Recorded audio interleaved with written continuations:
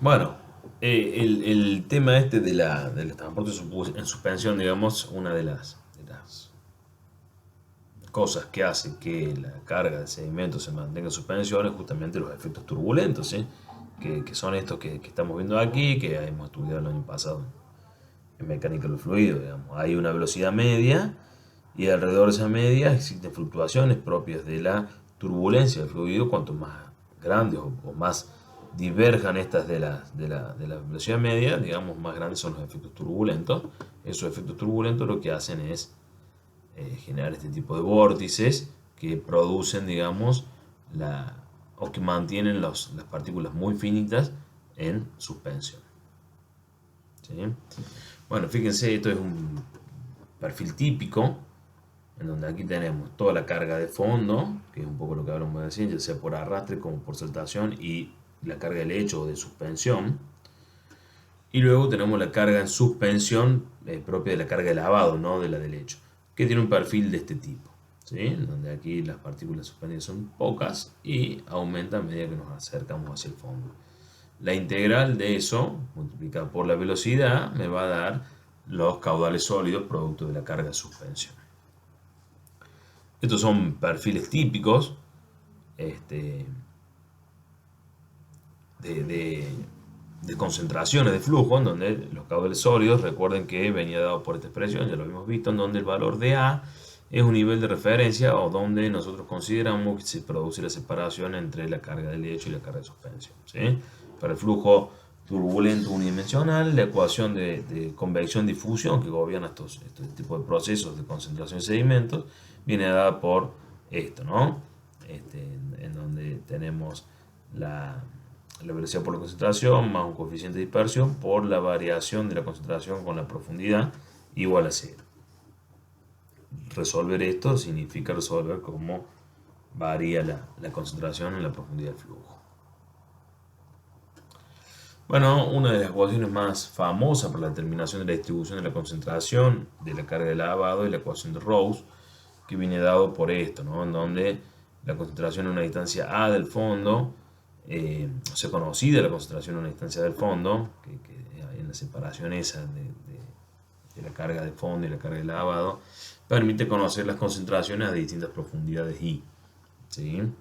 Bueno, aquí esta es la ecuación, ¿sí? Donde el problema se da básicamente en conocer cuál es esa concentración.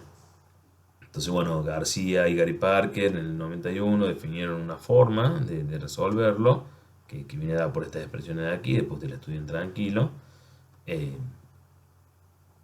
y que permite de alguna forma, digamos, estimar cuánto vale ese valor de C sub A partir del que luego después se puede resolver todo el perfil completo, ¿no? Aquí hay ábacos que resuelven esa ecuación, ¿sí? En función o sea, el C sobre el C sub A y el I menos A y el H menos A, que es esto que tenemos aquí adentro.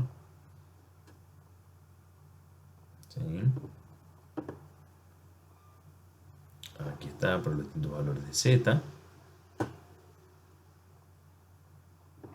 Hay otros criterios, ¿sí? De la suspensión, en donde aquí está el valor de Z y bueno, aquí está de nuevo esto, pero todos son los valores que de alguna forma u otra, ¿sí? Responden en la distribución de concentraciones del Ross. Así que bueno, nosotros en general, para los ríos que habitualmente trabajamos, la carga de suspensión no es siempre la que nos interesa, ya que no produce las modificaciones en el lecho, digamos, en los márgenes. ¿Sí? Sí, la carga de fondo son las que producen modificaciones o alteraciones en la geometría del cauce y que, bueno, de alguna forma u otra modifican la morfología de los cauces aluviales. Bueno, justamente lo que vamos a ver después es un poquito la morfología del flujo, de la morfología fluvial, que tiene que ver un poco con las curvas, los meandros, la forma de los cauces, cómo se caracterizan y demás, como para tener una idea de qué es lo que puede esperar uno en cuanto al movimiento de los cauces fluviales. Bueno, como les decía antes, digamos ahora la idea es avanzar un poquito sobre la parte de morfología cursos aluviales, vamos a estudiar un poquito cómo son las curvas, los ríos, los meandros, cómo se clasifican, cuáles son los procesos que se producen, al menos desde un punto de vista cualitativo. Después los modelos que tratan de representar estos fenómenos son realmente complejos. De hecho, muchos están en plena discusión, digamos, no hay nada, no hay ciencia cierta al respecto. Pero bueno,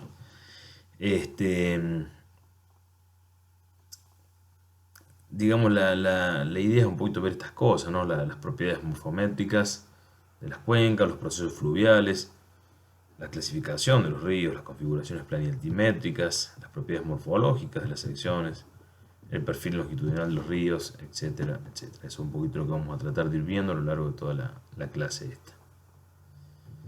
Bueno, la cuenca evidentemente influye desde el punto de vista, o sea, en la morfología de un cauce, desde el punto de vista de que es la generadora de las crecidas o de las crecientes, y en sus eventos de crecientes son donde se producen los eventuales cambios que pueden existir dentro de un propio cauce, ya que se modifican las condiciones habituales, ya sea desde el aporte de sedimentos como desde las velocidades, caudales, etcétera, etcétera, ¿no? La forma de una cuenca hidrométrica puede influir notablemente en el hidrograma de salida de esa cuenca. Si tenemos una cuenca de este tipo, bueno, es de esperar un hidrograma de lo que estamos habituados a ver, ¿sí? Si tenemos una cuenca de este tipo, será algo muy similar, donde probablemente el pico se aleje un poquito, sea una curva más bien tendida de arranque y más pronunciada en el receso. Y si tenemos una cuenca media extraña, con esta forma, en donde podría ser dos aportes distintos, digamos, no distintos, pero en distintos tiempos, bueno, podría hasta uno obtener dos picos, ¿no? Antes que llegue el aporte o la influencia de esta parte, podría empezar la recesión sobre esta otra. Bueno, también dependerá de la forma en que llueva y demás, ya lo hemos visto algo al respecto, así que, pero la idea es más o menos esa.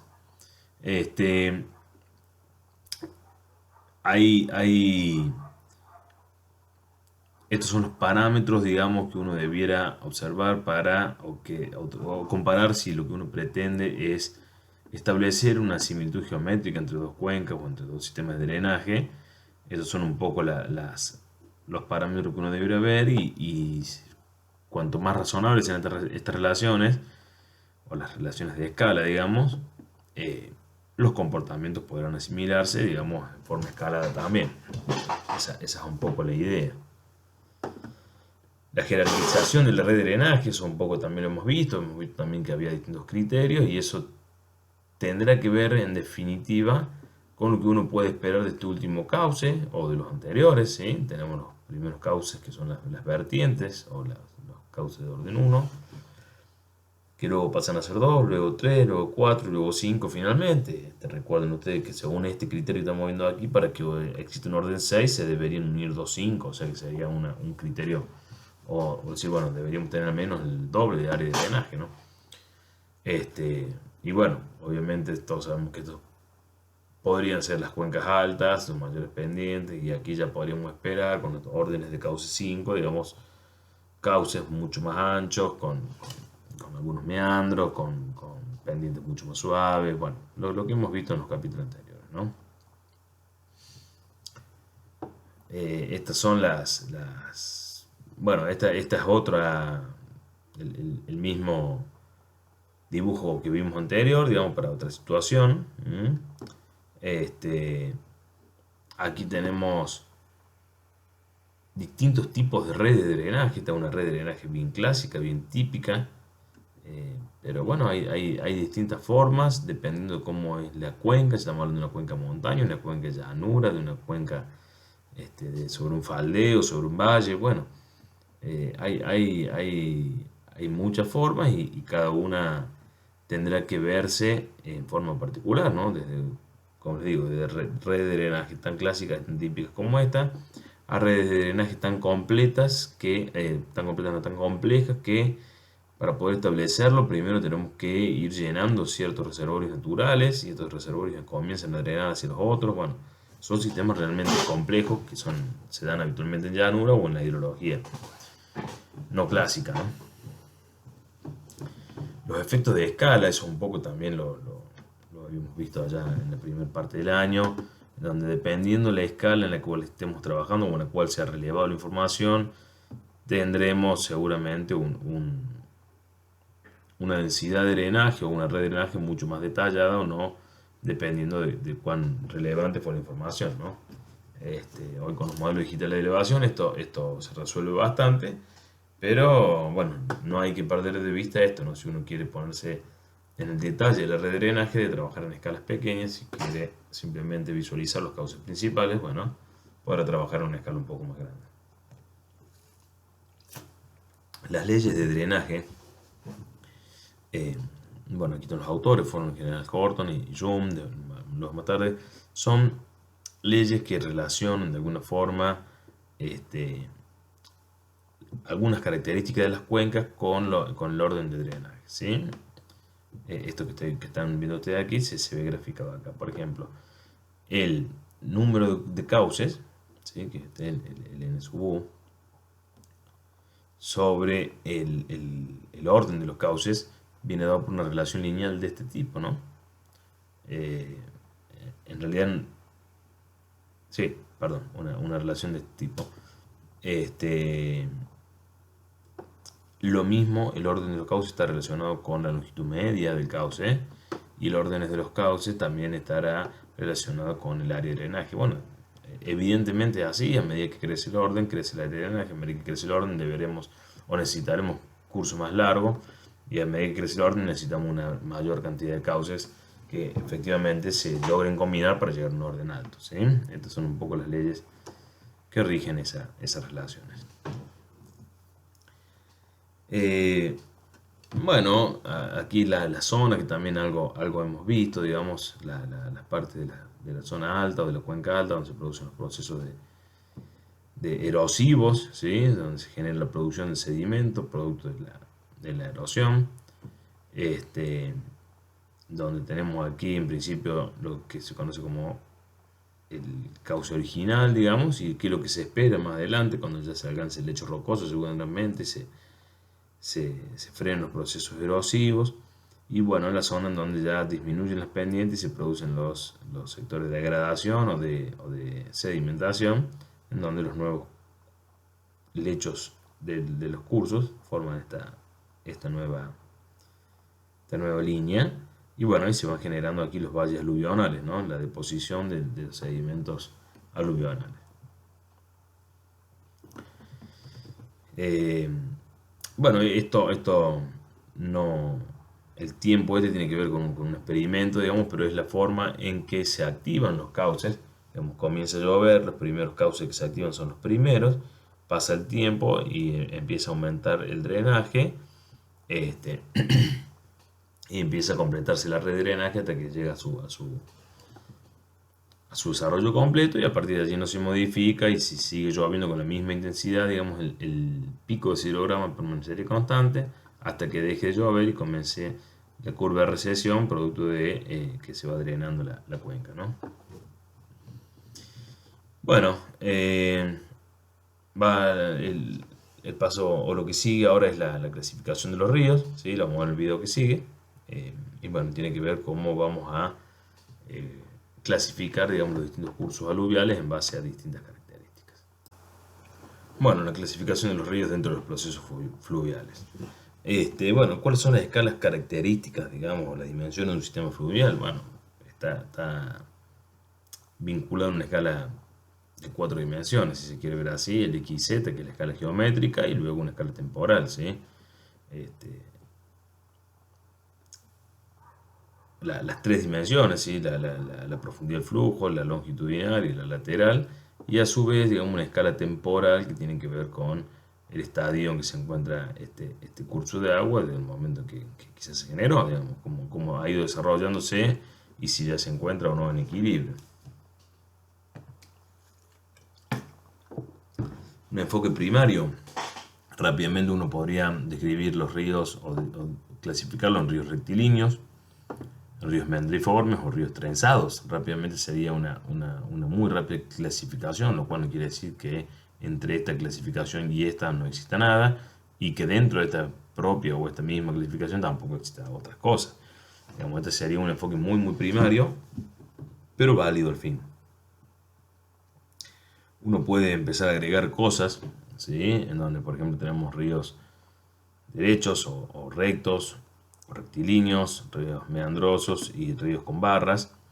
A su vez, dentro de los rectos podemos tener este, rectos o tipo con barras, ¿sí? O aquí dentro de los meandriformes pueden aparecer distintos tipos de ríos meandriformes con cauces pequeños, digamos en las zonas con pendientes altas, ríos que ya empiezan a generar eh, procesos erosivos y procesos de depositación, ¿sí? Y que a su vez pueden empezar a mezclarse o a tender a un estado trenzado o ríos trenzados propiamente dichos, ¿no? Donde dependiendo en qué sector estemos, digamos, tendremos la estabilidad relativa de un curso o de otro y así con un montón de propiedades, digamos, como las corrientes de la potencia de la corriente, la velocidad del flujo, el transporte de sedimento, etcétera, etcétera, etcétera, como pueden ir afectando cada una de estas clasificaciones en términos muy generales, ¿no? Este es otro criterio, el criterio según Rosgen. Si uno lo ve en planta, el curso puede tener estos tipos, que son ríos tipo A, donde las secciones típicas son estas, tipo D, donde son netamente trenzados, comienzos meandriformes con un ancho importante, meandriformes intermedios, ven cómo van cada uno de los cauces. Y establece valores promedios, digamos, y rangos de valores, digamos. Uno puede decir, no, es un río F4. Bueno, no será ni este será el intermedio, este será un F6, por ejemplo. Y bueno, un F4 será más bien tirando algo como esto, o un F10 será algo más bien tirando como esto. Bueno, son criterios que permiten clasificar los ríos y de alguna forma decir, bueno, este río es un F6 según el criterio de Rosgen y bueno, cualquiera podría acudir a esta tabla y entender de qué estamos hablando. Esto avanza un poquito más, digamos, se ha ido desarrollando. Ahora también tenemos las mismas combinaciones con letras, las mismas planimetrías o similares, digamos, ¿sí? Y a su vez también se incluye eh, la, la pendiente longitudinal, digamos, y el tipo de sección, ¿sí? Y acá hay un enfoque un poco más jerarquizado, en donde acá tenemos que ir entrando línea por línea y ahí vamos recorriendo todo esto, en donde tenemos relación estrechamiento, relación alto-profundidad o altura-profundidad, la sismosidad. Aquí aparece el tipo de la corriente, ¿sí? En base a todo esto que hemos seleccionado. Ya de arranque tenemos en múltiples channels o single channel, o sea, en trenzados o no trenzados, y de ahí para abajo. La pendiente, ¿sí? En donde tenemos el rango de pendiente y menores al rango. Y luego finalmente el material del lecho, ¿no? Bueno, es un criterio bastante más desarrollado y bastante más completo, no solamente es, casi que ni siquiera es cualitativo, digamos, es prácticamente cuantitativo. Eh, los procesos dominantes, bueno, tenemos procesos de sedimentación, ¿sí? Cuando tenemos aquí las planicies de inundación, bueno, este podría ser el cauce principal que luego va desbordando sobre esas planicies. Si no, tenemos procesos de degradación o erosivos, ¿sí? Donde se producen estos procesos. Luego tenemos procesos que pueden ser de degradación tanto vertical como horizontal, ¿sí? Produce una degradación en el fondo y un ensanchamiento del cauce. Aquí ya comienzan a formarse las terrazas, entrando en situaciones como estas, donde tenemos ya una gradación permanente, se va produciendo un cauce principal, que es aquel que lleva el curso de agua el 90 y pico por ciento del año, este material que va formando parte del sedimento o del transporte y que en las crecidas, ¿no? Y que luego va siendo depositado sobre las planicies de inundación hasta que finalmente se van formando las planicies, se van consolidando, van creciendo árboles y demás. Son los lugares donde habitualmente se ven ocupados o se ven invadidos por camping o algunas casas y que luego cuando tenemos crecidas extraordinarias se ven afectados o inundados. Bueno, esto es un poco a lo largo de un curso fluvial, digamos, cómo se van ubicando estas distintas o los distintos procesos dominantes en cada uno de esos sectores, ¿no? Bueno, la configuración planimétrica de los ríos. Esto tiene que ver con la planimetría del curso de agua. Esto es un poco cómo pueden irse formando las planicies aluviales, ¿no? Supongamos desde un caso tal como este, en donde uno tiene el curso de agua que va por aquí, por ejemplo, en forma ordinaria, en alguna creciente, el pelo de agua llega hasta aquí, ¿sí? Luego se va a la creciente y esto llega aquí de nuevo, en donde se mantiene con una velocidad, y aquí esto queda, por ejemplo, a esta profundidad, donde aquí la velocidad es nula, porque se queda estancada, se produce todos los procesos de sedimentación, que es un poco lo que ustedes ven aquí, ven, este es lo que veíamos en la imagen anterior, y esto es un poquito lo que va sucediendo, se van produciendo procesos sedimentarios allí, y se va formando de a poco esto que se conoce como las planicies aluviales, ¿no? Son las planicies que van conformadas por material aluvional. Una vez que se ha llenado esto, ese proceso avanza sobre aquí, que quitando, digamos, sección cuando se producen las crecientes.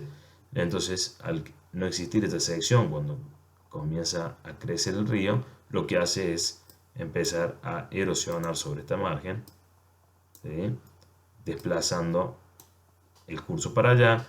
Este canal principal pasa a estar aquí luego y esto forma parte de la zona de deposición, y así es como se va generando esta planicie y se va desplazando el curso de agua, ¿sí? Si uno lo ve en planta, lo que va a ver, digamos, es un corrimiento del eje del cauce o un desplazamiento lateral del cauce aluvial, ¿no? Esto es un poco lo que yo les decía, visto desde el punto de vista planimétrico. Tenemos el río que puede irse moviendo, de hecho se mueve por aquí, luego abandona eso, ya vamos a ver cómo, y pasa a una nueva situación, en donde aquí vemos también un meandro abandonado, tal como este, nada más que más viejo, por eso está secado, y ese movimiento está confinado porque, bueno, por una frontera que no se rompe o que no se erosiona, como puede ser fronteras de piedra, y todo esto que está aquí, todo este valle, pasa a ser la planicie de inundación de este río, que ante una eventual crecida extraordinaria puede estar ocupada en forma completa por agua, o simplemente es aquel lugar donde se va moviendo el río, ¿no? Entonces, aquí empiezan a aparecer un poco esos criterios confusos de línea de ribera, en donde uno dice, bueno, ¿cuál es la línea de ribera de este curso? Bueno, va a hacer un relevamiento topográfico y llega hasta acá, sí, pero uno va el año que viene y este río ya no está más acá, sino que se corrió hasta acá. Entonces, si me preguntan a mí cuál es la línea de ribera de este curso, y bueno, yo les digo que va desde acá hasta acá, porque eso en algún momento de la historia puede ser ocupado por el río. Pero bueno, son criterios morfológicos de la línea ribera, no los hidráulicos.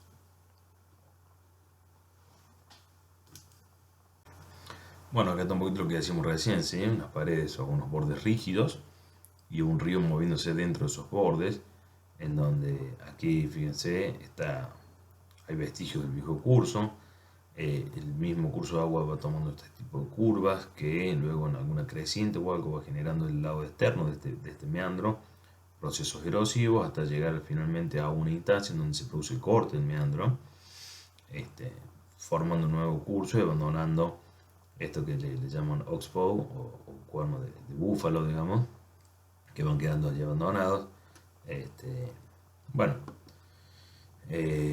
esa es un poco la morfología, ¿sí? Tenemos las curvas o las zonas internas de las curvas, donde se dan los procesos de sedimentación, los procesos erosivos en las zonas externas.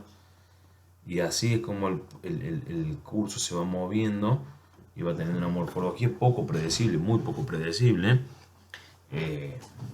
que es típica de estos ríos, donde tienen o variaciones de caudales muy importantes,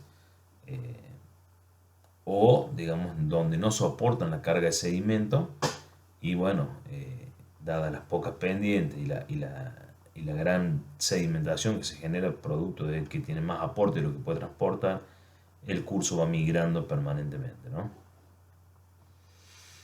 Esto es un poco lo que sucede, digamos, en un meandro desde el punto de vista de las velocidades, ¿sí? Tenemos un sector que viene rectilíneo con una distribución de velocidad tipo logarítmica en vertical y tipo parabólica en transversal.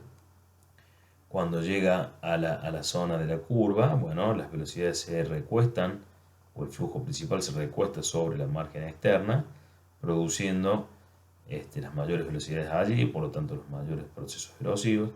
Y estos vectores que están así, incluso bien la cara interna, podrían hasta apuntar hacia el otro lado, ¿no? Se pueden producir zonas de recirculación aquí adentro. Y lo mismo sucede cuando se pega la curva hacia el otro lado. Esto va generando un poco lo que estamos viendo aquí, ¿no?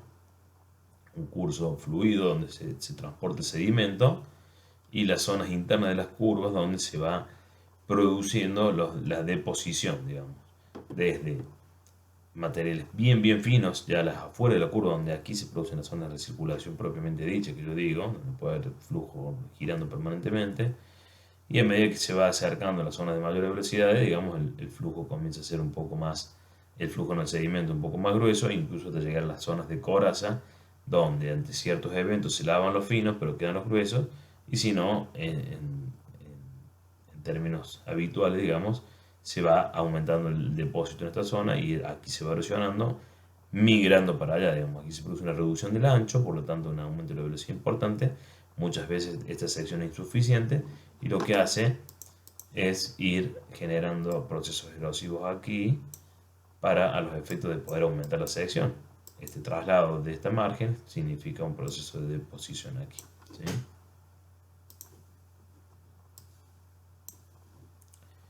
Bien.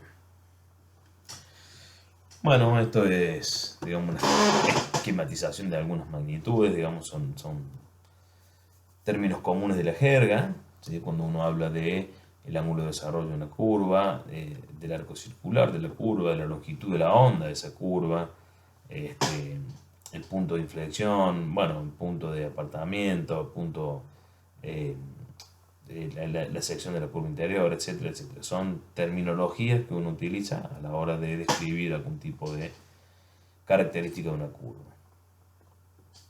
¿Sí? Esto es un río mendriforme, fíjense, muy estable, pero está claro que cuando este río crece, todo esto forma parte de la propia planicie de inundación, ¿no? Incluso si uno lo mira en detalle, si uno mira en detalle va a ver aquí una pequeña sobrelevación que hay, ¿no? En donde uno podría divisar a priori esta zona que se inunda cuando esto crece sin lugar a dudas, ¿sí? De hecho, si uno pone el ojo un poquito más fino, pareciera haber otra aquí arriba, ¿no? Pero bueno, no importa. Fíjense acá, esta imagen se ve perfecto, digamos, cómo el río ha ido avanzando, ¿sí? En este sentido, ¿no? Cómo ha ido depositando agua aquí, como incluso ante algún evento el agua pasa por aquí directamente, ¿no? Esto ha ido allá. ¿Y qué es de esperar de esto? Bueno, sería muy burdo tratar de predecirlo a través de una foto, digamos, pero si este es el curso de agua, ¿sí? Uno podría esperar aquí en esta zona procesos erosivos, es decir, podría esperar que esto vaya tomando este tipo de forma. De hecho, fíjense que el agua pasa por encima. Esta aquí se producen otros procesos erosivos, por tanto es esperar que esto tome esta forma, se vaya hacia allá, digamos. Y al igual que esto, digamos, esto también allá. Entonces es de esperar que esto de a poquito vaya tomando esta forma, ¿sí? Y que esto vaya avanzando sobre esto. Y vaya avanzando. Y vaya avanzando hasta un momento en donde por ahí lo que sucede es que se genera, esto ya se vuelve muy estrecho, entonces para allá se vuelve muy estrecho y se produce lo que se conoce como un corte de meandro aquí, ¿sí? El río ahora ya toma este curso rectilíneo en vez de dar toda la vuelta. Pero bueno, podría no ser el caso. Aquí claramente tenemos una zona en donde se ha ido depositando material Y claramente aquí hay una zona de inundación, digamos, sobre la margen externa del río.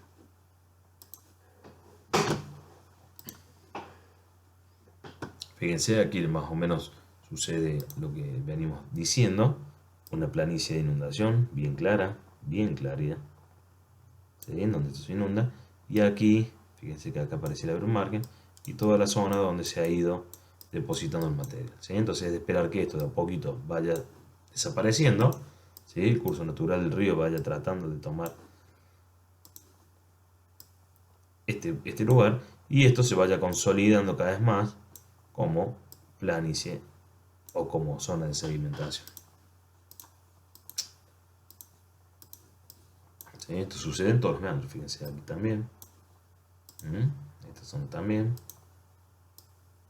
Zona de inundación y zona de deposición.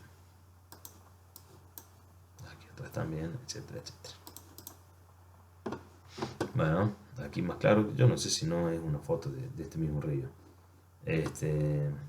Río Colorado cerca de Pichanal y también el mismo río, efectivamente. Bueno, fíjense acá cada vez se ve un poquito mejor esto, ¿no?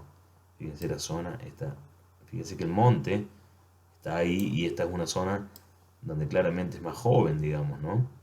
Es decir, no hay tanto monte, por lo tanto es más bien esto que estamos viendo aquí con pasto.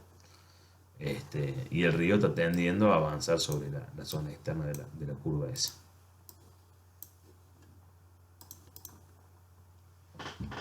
Bueno, ahí está el mismo río, este de Arciula Obra que han ido a estudiar, que es un gasoducto.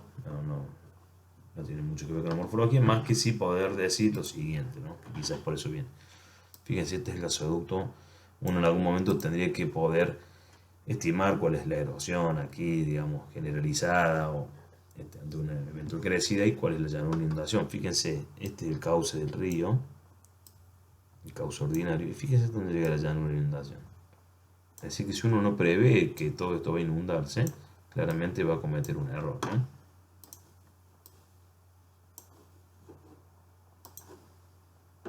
Bueno, aquí más de lo que venimos hablando. La zona de erosión, ¿sí? O la zona de inundación de ese meandro. Y aquí la zona de deposición, tanto el lado interno de la curva, y el lado interno de esta otra curva, ¿sí? Aquí lo que yo les digo, fíjense, probablemente este río tenga un curso más o menos así. Y aquí lo que está pasando cuando crece, que el curso que viene por aquí dobla por acá atrás, de a poco va avanzando sobre esto, ¿no? Entonces llegará un momento en donde quizás esto sea lo suficientemente estrecho como para que el río directamente haga esto y pase aquí, produciendo un corte de meandro y abandonando este cuerno de búfalo que le llaman.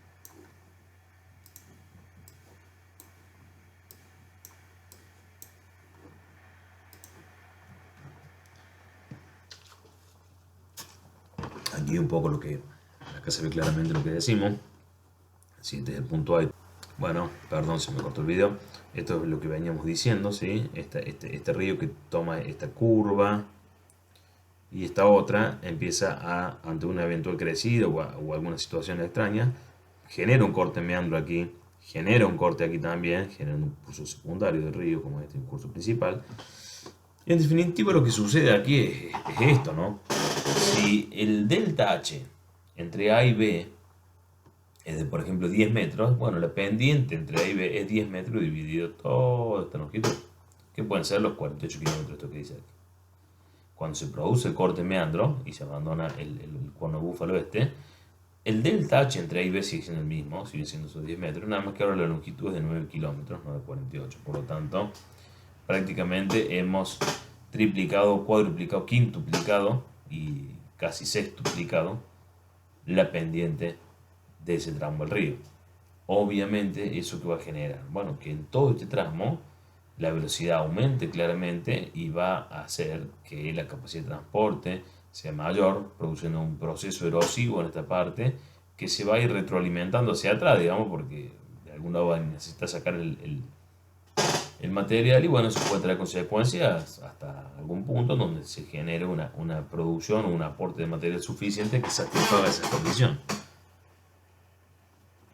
Bueno, aquí ven lo que yo les digo, fíjense aquí esta zona está próxima al corte del meandro. Fíjense cómo se ven las zonas de inundación aquí atrás. ¿Sí? Bueno, fíjense aquí se ha producido ese corte, este río seguramente hacía algo como esto.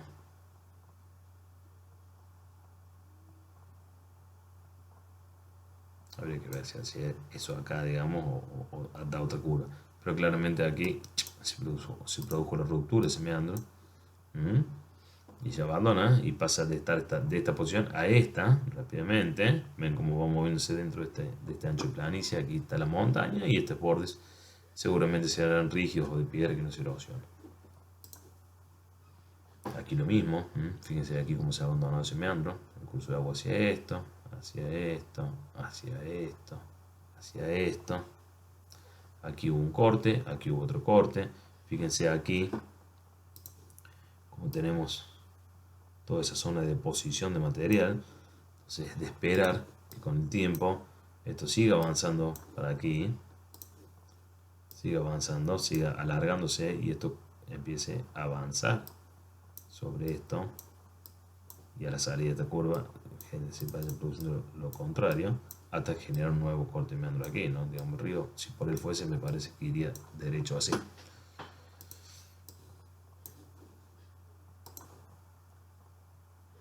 Bueno, aquí está claramente lo que venimos diciendo, ¿sí? Cómo se genera el corte del meandro ese, se estrangula ese meandro y se corta. Un esquema un poco más ilustre, digamos, de esto, las zonas de deposición que van marcando estas barras, hasta que finalmente se produce el estrangulamiento y el corte del meandro. Fíjense, ahí está. Miren aquí. O sea, ven, estos sistemas fluviales son realmente complejos, ¿no? De predecir cómo se va a comportar esto es realmente muy difícil. Miren aquí, bueno, este quedó dentro de la ciudad, digamos, pero digamos, era un curso abandonado. Fíjense aquí. Directamente lo han hecho, no sé, un country, será, una laguna. Fíjense cómo sobre la parte externa empieza a producirse las fallas, digamos, de los taludes y el río empieza a migrar, depositando todo el material aquí y erosionando de este otro lado, ¿no? Fíjense, acá está bien clarito, un borde o una frontera rígida. Fíjense, parece haber una montaña allí. Y aquí también, ¿no? Toda una frontera rígida en esta zona. Bueno, como la zona o la llanura de inundación de ese río es todo esto, ¿no? Ahora está yendo por aquí, pero está claro que ha ido por aquí, ha ido por aquí, ha ido por todos lados ese río.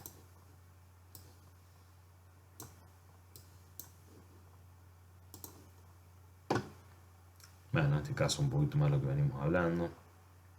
Esto peor todavía, cada vez más complejo. Fíjense, esto es Concepción. Fíjense cómo están el ancho más o menos definido, ¿no? El ancho de ese río casi está por acá, diría yo que ha venido. Y de este lado debería más o menos indicarse esta zona. Entonces, si a mí alguien me pregunta cuál es el ancho del río, y yo debiera decirle esto, ¿no? Hoy pasa por acá, pero no sabría decirle qué va a pasar mañana. Salvo que uno haga una obra de contención y bueno, listo. Pero digamos, si lo deja solo ese río, tiene este movimiento. Igual aquí, fíjense la complejidad de este sistema, donde hay muchos cuernos de búfalo abandonados. Fíjense este también. Cómo se va estrangulando eso. Cómo se va estrangulando aquí.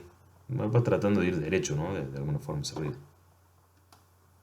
Bueno, finalmente llegamos a ríos trenzados, ¿sí? Donde no hay cauces definidos, digamos, y cada estadio, digamos, depende del caudal que esté circulando en ese momento, pero no hay un cauce principal bien definido. Puede ir tanto el agua por aquí como por aquí. Bueno, son sistemas bien complejos estos, ¿sí? Tiene un patrón trenzado, tienen altas pendientes, mucha potencia de flujo. tienen materiales gruesos del lecho. Son cursos bien de montaña. Bueno, y los depósitos fluviales, las terrazas, que es un poco lo que hemos charlado, ¿sí? Aquí están las terrazas y aquí están las llanuras de inundación. Este es el curso ordinario del agua, y ante un evento extraordinario, digamos, se completan las llanuras de inundación, llegando hasta las terrazas, digamos, donde son situaciones que habitualmente el agua no llega. Y finalmente los deltas, que bueno, se dan en estas situaciones cuando se llega finalmente a las desembocaduras y el curso se vuelve realmente difuso y se genera lo que se conoce como un delta, ¿sí? Que es un abanico de ríos. Bueno, y acá están los abanicos aluviales, que es un poco la deposición de los procesos erosivos de las montañas al pie de ellas, digamos, ante eventuales deshielos o precipitaciones, se generan un montón de cursos tipo delta también, pero con mayores pendientes y demás. Pero bueno, son casos muy particulares. Con eso damos por terminado la unidad 9, la unidad de hidráulica o de hidrología fluvial. Como les decía antes, no pretende ser un curso, sí que tengan una noción muy por encima de las cosas, que existen un poco más de lo que hemos visto en la hidráulica a la hora de diseñar un canal. Hay que tener en cuenta ciertas cosas. A la hora de diseñar un puente, a la hora de diseñar alguna estructura sobre un río, saber, digamos, que existen llanuras de inundación, saber que los ríos se mueven. Por ahí uno no puede predecirlo, pero sí puede evitar ciertas cosas al tener los conocimientos de esto. Así que bueno, hasta la próxima. Espero haberles sido de utilidad. Así que bueno, hasta la próxima. El punto B se empieza